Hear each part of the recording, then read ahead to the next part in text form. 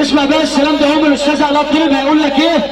الكلام ده موجه ليك وموجه للعروسه مش اكتر من هي تحيه لفرشة الاصدقاء.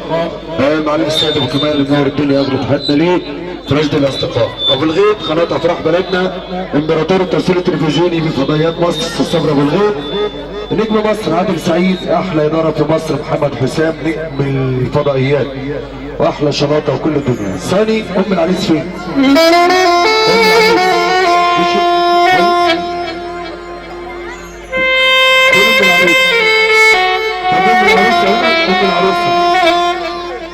تعالوا يا نبي، تعال يا محمد، تعال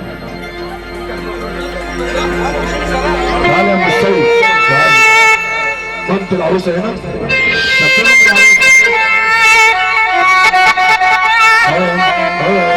تعال بقى فيها.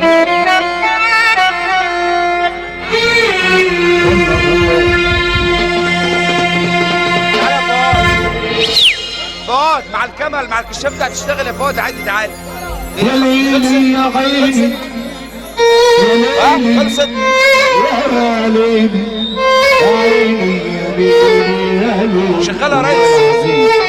إن سمعت الكلام ده تكسبي.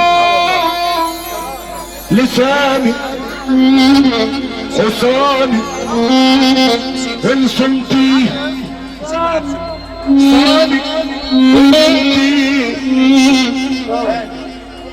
لسانك حصاني من صمتي صاني وانتي احنا في عيلة الصاني يعني كله صاني.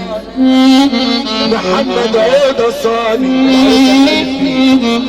برضو احنا ما قلناش اي حاجة غير لسانك حصانك ان صمتي صاني. وانت من عيلة مين؟ الصاني اللي بتصون. اكتر حاجة تنغص على الراجل حياته في بيته وتخليه يطفش من مراته. لا قلة مال ولا قلة جمال، والله العظيم يا رنا هي قلت اللسان والرأي عمال على بطال.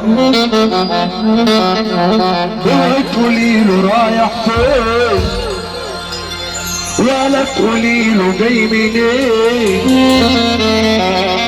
ولا تقولي له على التليفون بتكلم مين.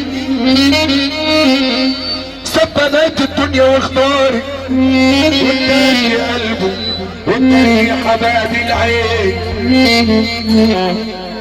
ولا تقولي له اتأخرت ليه